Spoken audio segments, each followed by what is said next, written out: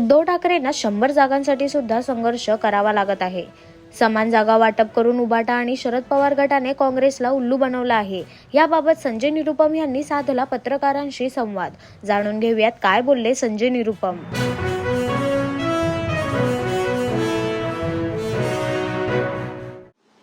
महाविकास आघाडीमध्ये जो सीट शेअरिंगचा गोंधळ चालू आहे त्याचा एक क्लायमॅक्स काल संध्याकाळी झाला।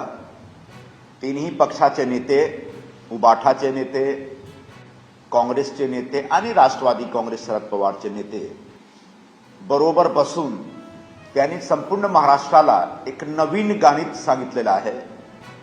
असं गणित कधीही कुठेही कोणीही कधीही ऐकला नाही।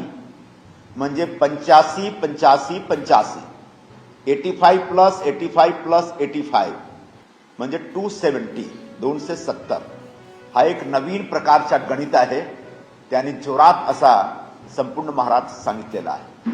हा जो एक विषय आहे म्हणजे तिन्ही पक्षामध्ये सीट शेअरिंगवर एक जबरदस्त प्रॉब्लेम आहे। त्यांच्यामध्ये खूप एक भांडण चालू आहे। 85 85 85 राष्ट्रवादी काँग्रेस शरद पवारकडे 15 सीट आहे, उबाठाकडे फक्त 15 सीट आहे, काँग्रेसकडे 45 सीट आहे आणि दोघे पार्टी मिळून 30 आणि 30 पेक्षा पण काँग्रेसचा जास्ती आहे। पण दोघे पार्टी मिळून त्यांनी काँग्रेसला उल्लू बनवलेला आहे, काँग्रेसला मूर्ख बनवलेला आहे असा आम्हाला दिसतो। का असा तिन्ही पक्षामध्ये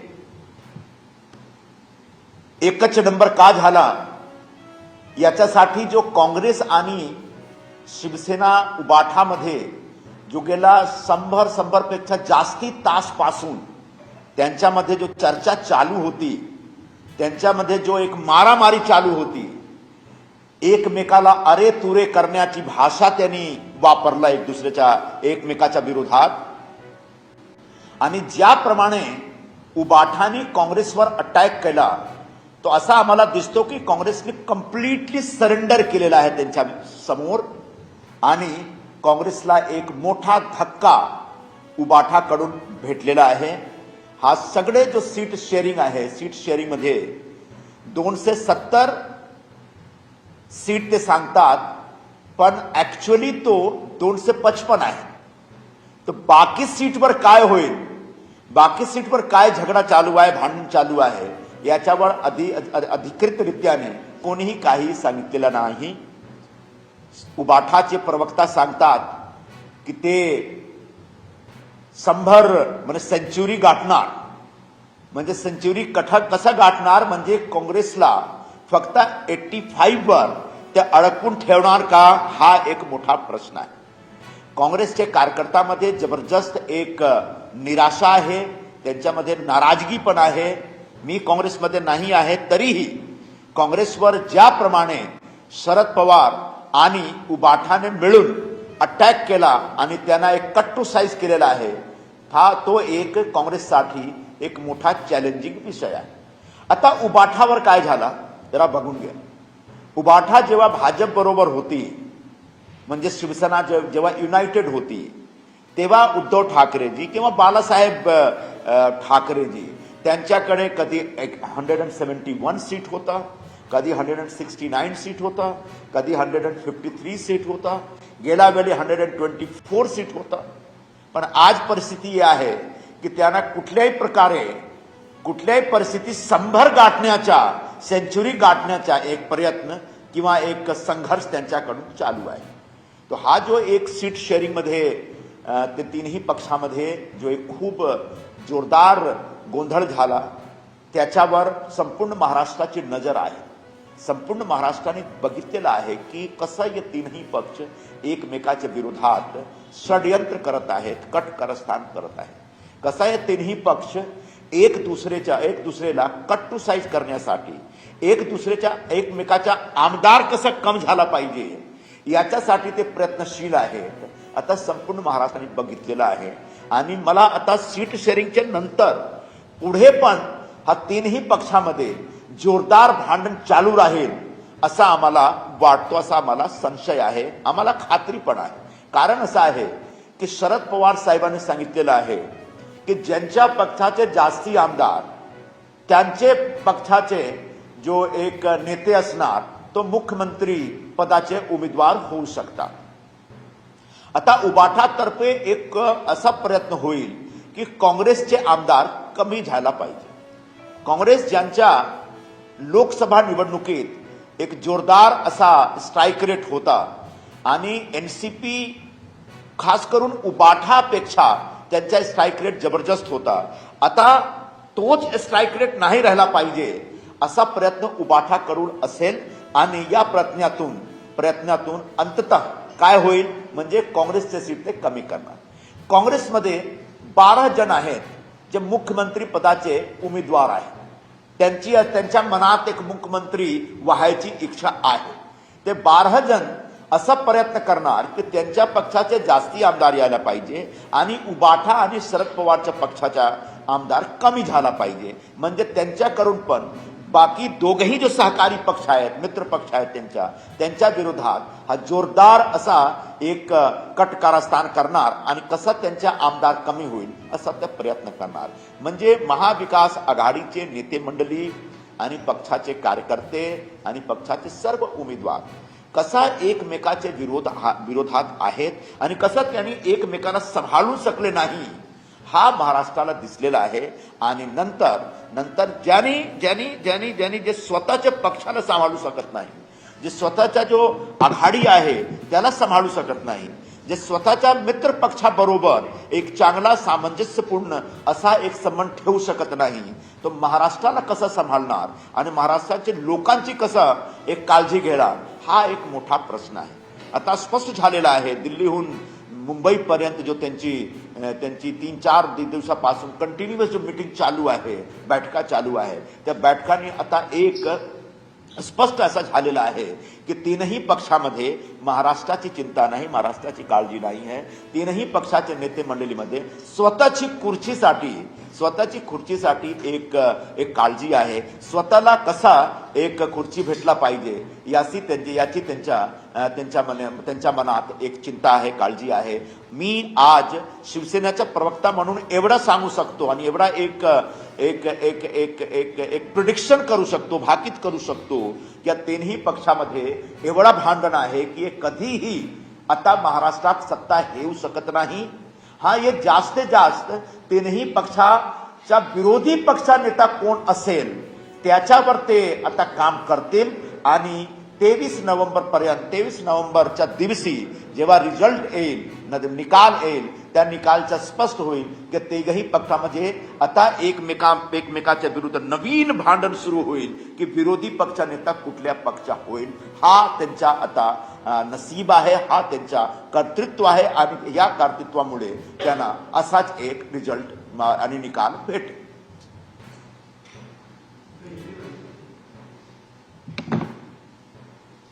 आता चालेल हिंदीमध्ये बोलू. अजून प्रश्न आहे.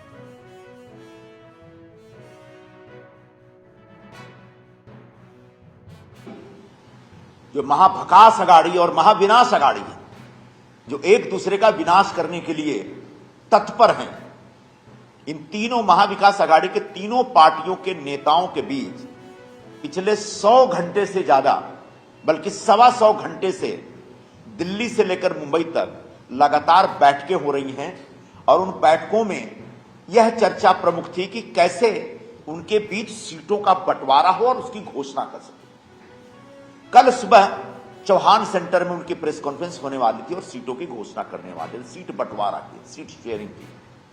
लेकिन अचानक वो शाम को चली गई मीटिंग.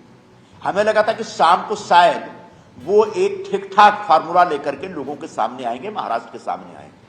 लेकिन शाम होते होते जब तीनों पार्टी के नेता मीडिया के सामने आए तो तीनों ने मिलकर के एक नया गणित पूरे देश को बताया.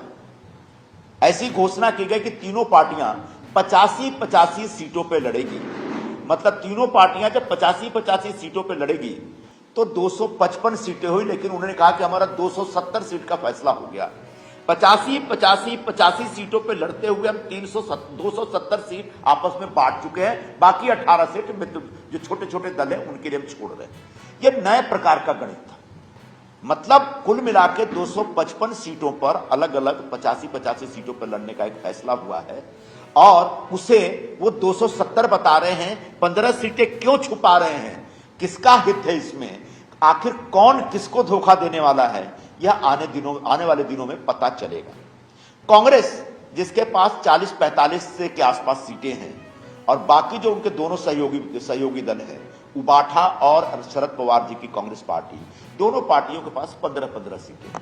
दोनों पार्टी मिला दीजिए तो 30 सीटें होती है और दोनों से बढ़कर के कांग्रेस काफी बड़ी पार्टी है। कांग्रेस का लोकसभा इलेक्शन में निश्चित तौर पर बहुत अच्छा स्ट्राइक रेट रहा था और कांग्रेस के लोग बोलते रहे कि कुछ भी कर लो, हम 100 से ज्यादा सीट पे लड़ेंगे। आखिरकार जब सीट शेयरिंग का फार्मूला घोषित होता है तो कांग्रेस को जिनकी सीटें 15 है, जिनके पास 15 सीटें, उसके बराबर लाके खड़ा कर दिया जाता है। मतलब कांग्रेस को तोड़ने का, कमजोर करने का शिवसेना उबाठा की तरफ से और शरद पवार जी की तरफ से जो षड्यंत्र चल रहा था, वो षड्यंत्र फाइनली कामयाब होते हुए दिख रहा है। यही हाल उबाठा का भी है। जब शिवसेना यूनाइटेड थी, शिवसेना एकीकृत थी और शिवसेना में विभाजन नहीं हुआ था, तब आप हिंदू हृदय सम्राट शिवसेना प्रमुख बाला साहब ठाकरे जी के जमाने से बीजेपी और शिवसेना के बीच के सीट शेयरिंग का पूरा फार्मूला देखते जाइए। कभी 171 सीट पे शिवसेना लड़ती थी और 117 सीट पे बीजेपी होती थी। उसके बाद कभी 169 सीट पे वो लड़े, कभी 153 सीट पे लड़े और पिछली बार 124 एक सीट पे लड़े थे। मतलब जिस उबाठा के पास, जिस शिवसेना के जो प्रमुख है उबाठा के उद्धव ठाकरे जी के पास भारतीय जनता पार्टी के साथ गठबंधन करके, नेगोशिएशन करके 100 से ज्यादा सीटें आसानी से मिल जाती थी, आज उस उबाठा को 85 सीट पे संतोष करना पड़ रहा है।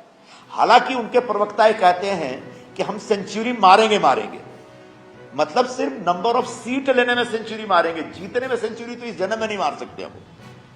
लेकिन जिस उबाठा के पास 150 से ज्यादा सीटें हुआ करती थी अलायंस के सीट शेयरिंग में, आज उस उबाठा की इतनी दुर्गति हो गई है कि वो 85 सीट पे ही अपने आप को संतुष्ट मान रहे हैं।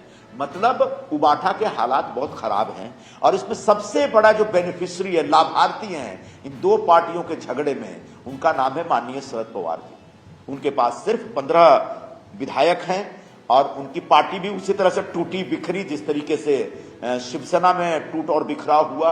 आज हालात यह है कि वो है उस कांग्रेस के बराबर खड़े हैं नंबर ऑफ सीट में, जिस कांग्रेस में किसी प्रकार का कोई बिखराव नहीं था। तो ये जिस तरीके से महाविकास आघाड़ी के तीनों पार्टियों ने एक दूसरे को बेवकूफ बनाया, मूर्ख बनाया और एक दूसरे को कम करने के लिए, एक दूसरे को कमजोर करने के लिए एक बड़ा षड्यंत्र रचा, उससे साफ साफ दिखता है कि सीट बंटवारे की घोषणा के बाद भी सब कुछ ठीक नहीं रहेगा, ऑल वेल नहीं होने वाला है। इसलिए मेरा ऐसा अनुमान है, मेरा ऐसा अंदाज है कि जब सीट शेयरिंग हो जाएगी, सबके उम्मीदवार घोषित हो जाएंगे, नॉमिनेशन हो जाएंगे, तब उसके बाद ये तीनों पार्टियों के नेता इस प्रयास में लगेंगे कि किस पार्टी के विधायक कैसे कम होने चाहिए। क्योंकि शरद पवार जी ने फार्मूला दे दिया है कि जिसके ज्यादा आमदार होंगे वो मुख्यमंत्री पद का उम्मीदवार होगा, यानी उसका, उस पार्टी का चेहरा जो वो मुख्यमंत्री बनेगा। तो कांग्रेस में तो 12 लोग मुख्यमंत्री बनना चाहते हैं, उबाठा में स्वयं उद्धव ठाकरे जी मुख्यमंत्री बनना चाहते हैं और वो कटोरा लेकर के दिल्ली में दर दर भटके कि भाई मेरा नाम घोषित कर दीजिए। आखिरकार कांग्रेस ने उनके सामने उनको घास नहीं डाली। अब हालात यह है कि तीनों पार्टियां एक दूसरे के विधायक के, आमदार के उम्मीदवार को हराने में लगेंगे और इससे निश्चित तौर पर मैं ऐसी भविष्यवाणी कर रहा हूं कि 23 नवंबर को जब ईवीएम मशीन खुलेगी और जब नतीजे आएंगे, तब देख लीजिएगा ये तीनों पार्टियों के इतने ही विधायक होंगे जिसके आधार पर ये विरोधी पक्ष का नेता, यानी विपक्ष का नेता तय करने के लिए एक मीटिंग करेंगे और तब भी इन तीनों पार्टियों में विरोधी पक्ष के नेता के लेकर के जबरदस्त झगड़ा चलेगा। महाराष्ट्र की जनता ने, महाराष्ट्र के मतदाताओं ने इन तीनों पार्टियों का झगड़ा, जिसमें एक दूसरे को अरे तुरे इन्होंने किया, एक दूसरे के ऊपर बड़े संगीन आरोप लगाए, गाली गलौज तक हुई, ऐसे महाविकास आघाड़ी के सीट शेयरिंग के नाम पर जो बहुत ही अभद्र किस्म का वातावरण बनाया गया, जिसमें एक दूसरे को कम आंकने का और एक दूसरे को कमजोर करने का षड्यंत्र रचा गया, उसको पूरे महाराष्ट्र के मतदाताओं ने देखा है। और महाराष्ट्र के मतदाता ऐसे लोग जो अपने गठबंधन को ठीक से नहीं चला सकते, जो अपनी अघाड़ी को नहीं संभाल सकते, जो अपने सहयोगी पक्ष के साथ सामंजस्यपूर्ण रिश्ता नहीं रह सकते, ऐसे लोगों को महाराष्ट्र के मतदाता कतई सरकार नहीं देंगे, सत्ता नहीं देंगे। निश्चित तौर पर इनके नसीब में सिर्फ और सिर्फ विपक्ष का नेता का पद लिखा पड़ा है। इनको इससे ज्यादा कुछ नहीं मिलने वाला है।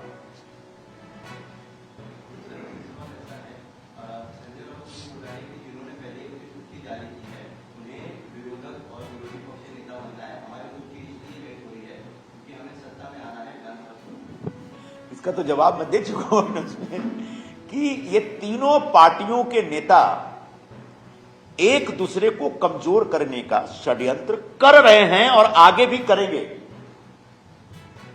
यानी ये 85 में से सबसे कम आमदार किसके आए, विधायक किसके आए, इसका प्रयास हमको नहीं करना है।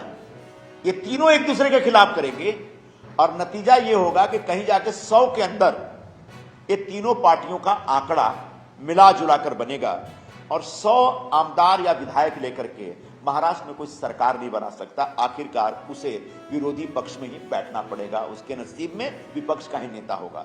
महायुति की सरकार आ रही है और पूरे दम खम के साथ आ रही है। तीनों पार्टियों में जो सबसे बड़ा दल हमारा भारतीय जनता पार्टी है, उसको बड़ा हिस्सा मिल रहा है और बाकी दोनों पार्टियों का भी भारतीय जनता पार्टी सम्मान रखते हुए उनको भी एक सम्मानजनक सीटें दे रही है। और हम सब इस पूरे बातचीत के वातावरण से बहुत संतुष्ट हैं। हमारे बीच किसी ने किसी को गाली नहीं दी है, हमारे बीच किसी ने किसी को अरे तुरे नहीं बोला है, हमारे बीच किसी ने किसी के खिलाफ कोई षड्यंत्र नहीं रचा है और किसी ने किसी के ऊपर कोई संशय या शंका प्रकट नहीं की। कल ये हो जाने तो नहीं होगा ये जो और कुछ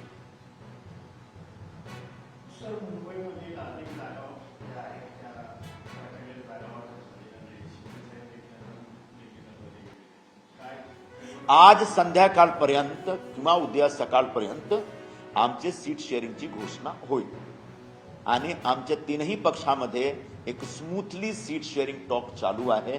सीट शेअरिंग म्हणजे झालेला आहे, 1-2 सीटावर काहीतरी आहे, खिंचतान आहे, तो आता संपेल दिल्लीमध्ये आणि संध्याकाळपर्यंत तुम्हाला एक महायुतीचे सर्व सीटाबद्दल एक स्पष्ट चित्र दिसेल।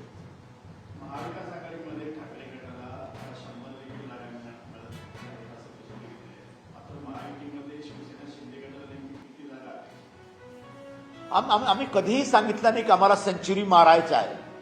आम्ही आमच्या स्ट्राईक रेटवर लक्ष ठेवतो। आमची कधीही अशी घोषणा नव्हती की आम्हाला सेंचुरी मारायचं आहे, पण एक समजा सेंचुरी 100चे दरम्यान 90 100चे मध्ये काहीतरी आम्हाला भेटला पाहिजे अशी आमची अपेक्षा आहे। पण जर कमी पण झाला तर आम्हाला काहीही प्रॉब्लेम नाही।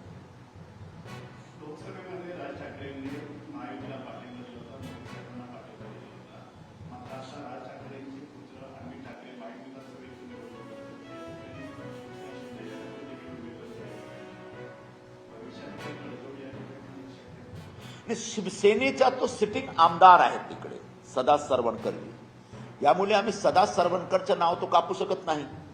त्यांची उमेदवारी आम्ही घोषित केली आणि त्या विभागात समजा राज ठाकरेजीने स्वतःच्या पुत्राला उमेदवारी दिलेला आहे, तो काय नाही, त्यांचा पक्ष आहे आणि ते निर्णय घेऊ शकतात, आम्ही त्यांचे स्वागत करतो। आणि त्यानंतर आता माहीम आणि दादरचे मतदारांना आता ठरवायचं आहे की कोण चांगला आहे। मराठी लोकांच्या हितासाठी त्या विभागात कोण व्यक्ती जास्ती काम करू शकतो आणि प्रामाणिकपणाने काम करू शकतो, आता त्या विभागाचे मराठी मतदार ठरवणार। सदा सरवणकर 3 वेळाचे नगरसेवक आहेत आणि 3 वेळाचे आमदार आहेत, सिनियर आहेत, त्यांच्याकडे एक जोरदार असा अनुभव आहे आणि त्या अनुभवी जो उमेदवार आहेत त्यांच्या विरोधात एक नवख्या उमेदवार आहे मनसेचा। आता याबद्दल मी काही सांगू शकत नाही। आम्ही सर्व सोडतो आता त्या विभागाचे आमदारांना मतदारांवर।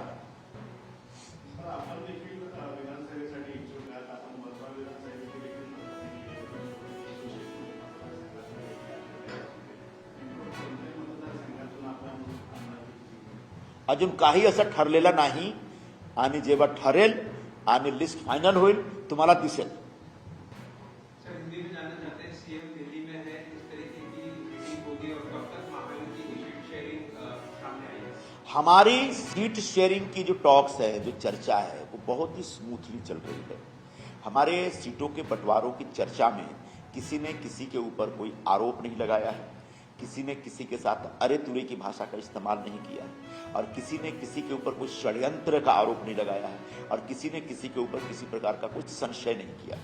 हमारे बीच तीनों पक्षों के बीच बहुत अच्छे ढंग से सीट शेयरिंग की चर्चा चल रही है, और आज शाम तक, संभवतः नहीं तो कल सुबह तक, सीट शेयरिंग की घोषणा हो जाएगी. और मोटा मोटी तौर पर हो चुकी है सीट शेयरिंग. एक आध सीट के ऊपर थोड़ा खींचतान है, लेकिन वो भी हम बहुत स्मूथली हैंडल कर रहे हैं. वही राज ठाकरे की जब बात करें तो उन्होंने भी उम्मीदवार उतारे हैं, महायुति विधानसभा की बात करें तो शिवसेना से और ये अमित ठाकरे उनके लड़के भी है, तो ऐसे में इस तरीके से देखते हैं. राज ठाकरे जी की जो पार्टी है वो एक स्वतंत्र पार्टी है, और उनको पूरा अधिकार है 288 की 88 सीटों पर अपने उम्मीदवार तय करने. उनको किसी से पूछने की जरूरत नहीं. उन्होंने अपने पुत्र को दादर और माहिम विधानसभा क्षेत्र में उम्मीदवार बनाया है, बिल्कुल उनका यह हक है. लेकिन वहां पर पहले से शिवसेना का एक सिटिंग विधायक हैं, जो हमारे बहुत सीनियर लीडर है सदा सरवणकर जी, जो 3 बार के नगर सेवक रहे हैं और 3 बार के विधायक हैं. और ऐसे विधायक की टिकट हम काट नहीं सकते, उनको फिर से मौका तो देना पड़ेगा. अब सही क्या है, गलत क्या है, किसको जीत कर आना है, यह दादर और माहिम के मतदाता तय करेंगे. सही मायने में मराठी भाषिकों को न्याय दिलाने के लिए सरवणकर ज्यादा उपयोगी हैं, अनुभवी हैं, या जो राज ठाकरे जी के पुत्र हैं वो हैं, इसका फैसला न हम कर सकते न आप कर सकते हैं. दादर माहिम के मतदाता करेंगे. सर, आपके विचार में इस तरीके से चल रहा है, मतलब कौन से सीट से आप खड़े हो सकते हैं या पार्टी क्या चाहती है आपको? अभी ऐसा कुछ तय नहीं हुआ है, और आज शाम तक या कल सुबह तक हमारी जब दूसरी लिस्ट फाइनल होगी, तब आपको दिख जाएगा कि सही क्या है और गलत क्या है. ठीक है.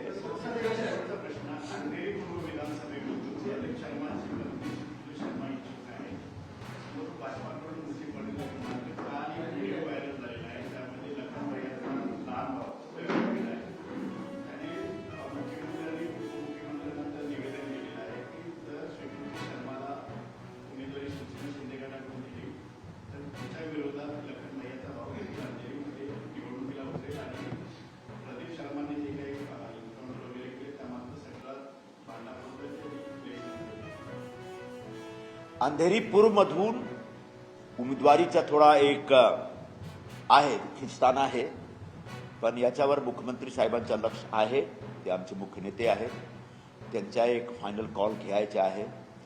आणि लखन भैयाच्या असा जे काही असतात ते निवडणुकीमध्ये उतरू शकतात, आम्ही कोणाला थांबू शकत नाही.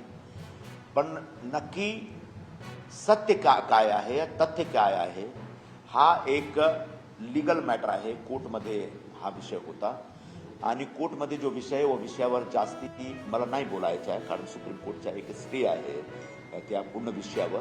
तो त्या विषयावर बोलू शकत नाही. पण कोणी लखन भैया हो त्या कोणी होते, निवडणुकीमध्ये उतरण्याची त्यांची इच्छा आहे, तो आम्ही त्याला थांबू शकत नाही. एक, आणि कोण नक्की उमेदवार होईल, आता आज संध्याकाळपर्यंत नाही तो उद्या सकाळपर्यंत तुम्हाला एक नक्की समजेल.